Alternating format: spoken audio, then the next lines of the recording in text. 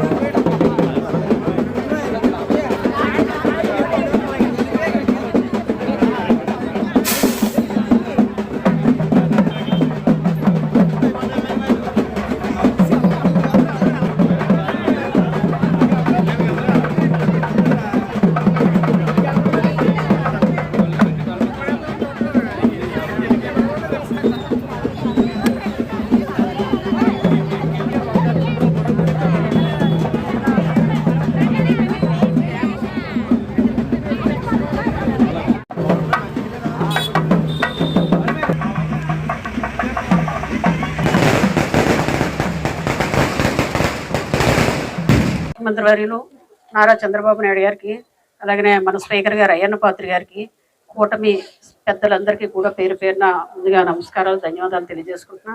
మరి అలాగే ఇక్కడికి ఇచ్చేసినట్టు పాత్రికేయ మిత్రులకు, ప్రతి ఒక్కరికి కూడా కూటమి కుటుంబ సభ్యులందరికీ కూడా పేరు పేరున నమస్కారాలు తెలియజేసుకుంటున్నా.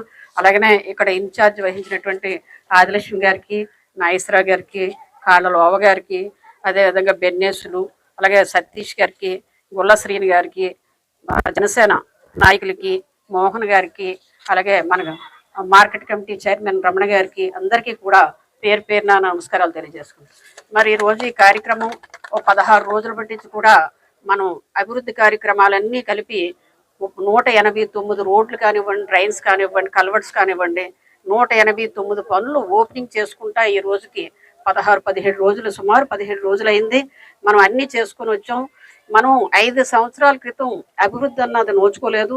మరి అటువంటిది మళ్ళీ మీ దయ వల్ల, మీ అందరి అభిమానం వల్ల మళ్ళీ మన అయ్యన్నపాత్రి గారిని మీరు గెలిపించుకోవడం జరిగింది.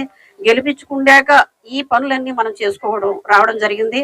అదేవిధంగా ఈ వార్డులో ఆదిలక్ష్మి గారు కానీ, నాగేశ్వరరావు గారు కానీ, మనలో గారు కానీ, వీళ్ళంతా సమిష్టి కృషితో కూడా పనిచేయడం జరుగుతుంది.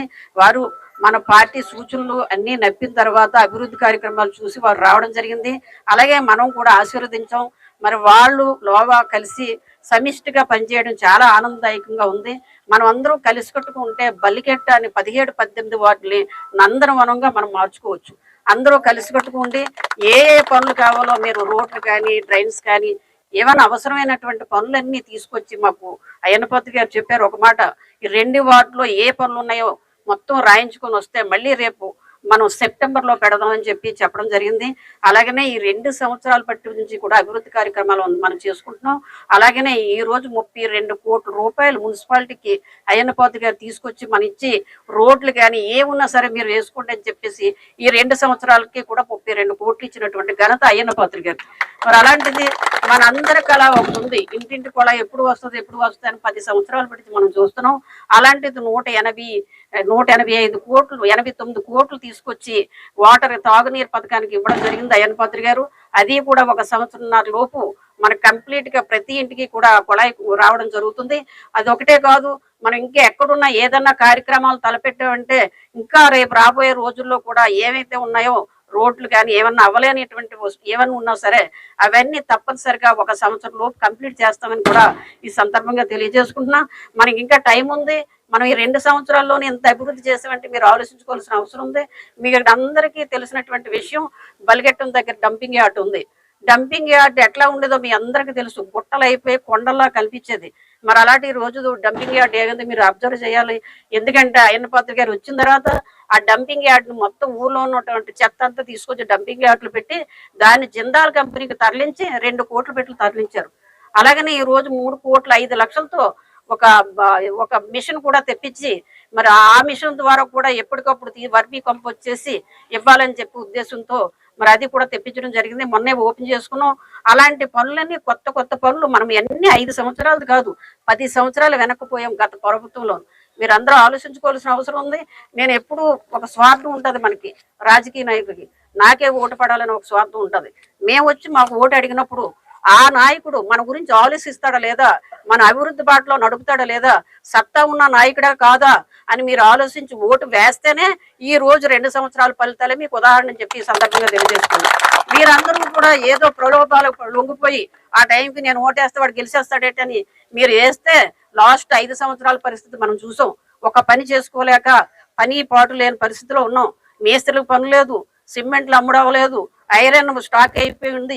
ఇటువంటి కష్టాల్లో వ్యాపారస్తులు కానీ పని వాళ్ళు కానీ అందరూ కూడా కార్మికులు అందరూ కూడా ఖాళీగా 5 సంవత్సరాలు ఉన్నారు.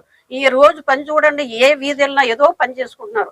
అంటే ప్రభుత్వ రాష్ట్రాన్ని పరిపాలించే నాయకుడు మంచివాడై ఉండాలి.